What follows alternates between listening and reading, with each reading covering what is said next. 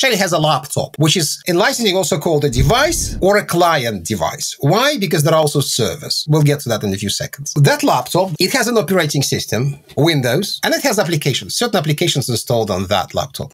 When it's an online service, Shelly just needs to connect to an online service and consume something from an online service, say Office 365, a good example. What she actually needs is a user subscription. But then in real-life organizations, there'll still be on-premises servers. What is a server? A server is a device that runs server-side software that serves multiple users. They can store files on it. They can send print jobs to it. It's just a device with server software. It has an operating system like the laptop, Windows Server. It may have some sort of a server software in which people collaborate, save files. SharePoint Server to function also requires SQL Server, which is a database server. So you need to license Shelly's software on her laptop, and you also need to license all these server applications somehow. They have different licensing rules, but that's not it. It will be too simple. There's another thing that has no binary code, client access licenses. It's one of the foundational things in the Microsoft licensing. Shelly also requires client access licenses to all these servers. You may choose either device CALs, or you can assign client access licenses or CALs, user licenses. But also, you can mix and match them.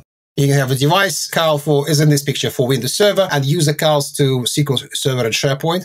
Some Microsoft Server software doesn't need CALs. But what I'd like you to remember that by default, when you don't know yet if there's an exception that allows you not to use a CAL, please think that if there's a server software that the client license is required, is just a right. Microsoft allowed you to access Windows Server. Without that, you may have a perfectly licensed laptop, you may have a perfectly licensed server, but you may not connect from the laptop to the server. There are two separate price list positions, user CALs and device CALs. The user CALs are more popular. I'd like you to first think about user CALs. User CALs you're supposed to assign to users. Device CALs you're supposed to assign to devices and not vice versa. You can't take device CALs and assign to users and vice versa. A user CAL allows Shelly to access as many of those servers in the organization with just one CAL, also using unlimited devices. She's a licensed user. All the other interoperations between her devices and her servers are licensed through that client access license. In this picture, you don't need 3 CALs to access 3 servers. You need 1 user CAL. And then whatever she uses, a laptop, a tablet, a phone, it doesn't really matter. She already has a CAL. Device CALs are the opposite of that. You assign a device CAL to a device, and then any user without a user CAL, because the device is already licensed to access the server, can come to the device, type something, open something, the device is licensed, and then any user through that device can access the software.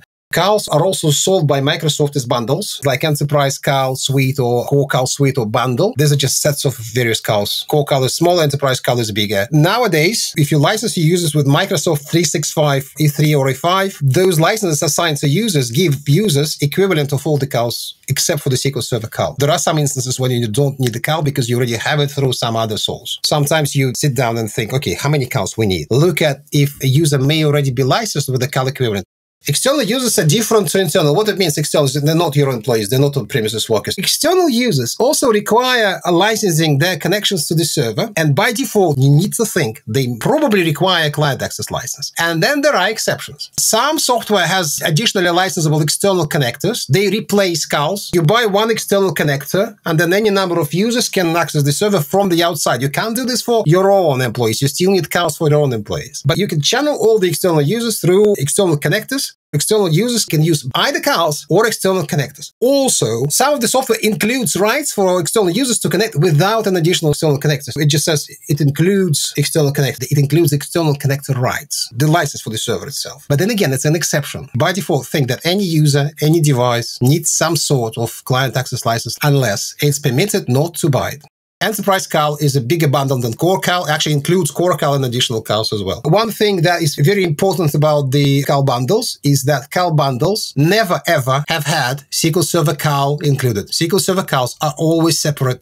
Can you please define what external user is regarding Microsoft product terms? Let me try. I'll look it up. If there's something that you want to look up, it should be in the glossary. External users means users that are not employees, on-site contractors, or on-site agents of customer or its affiliates. That's the definition. I encourage you, by the way, open product terms now so you can look up things that we're discussing.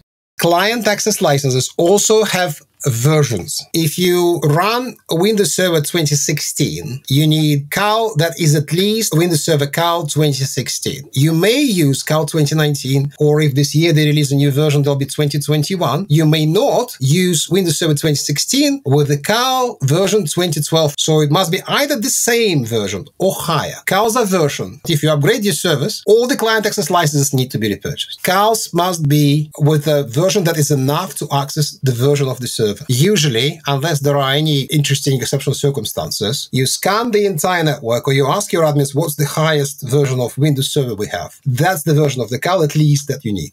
I hope you appreciate the basics.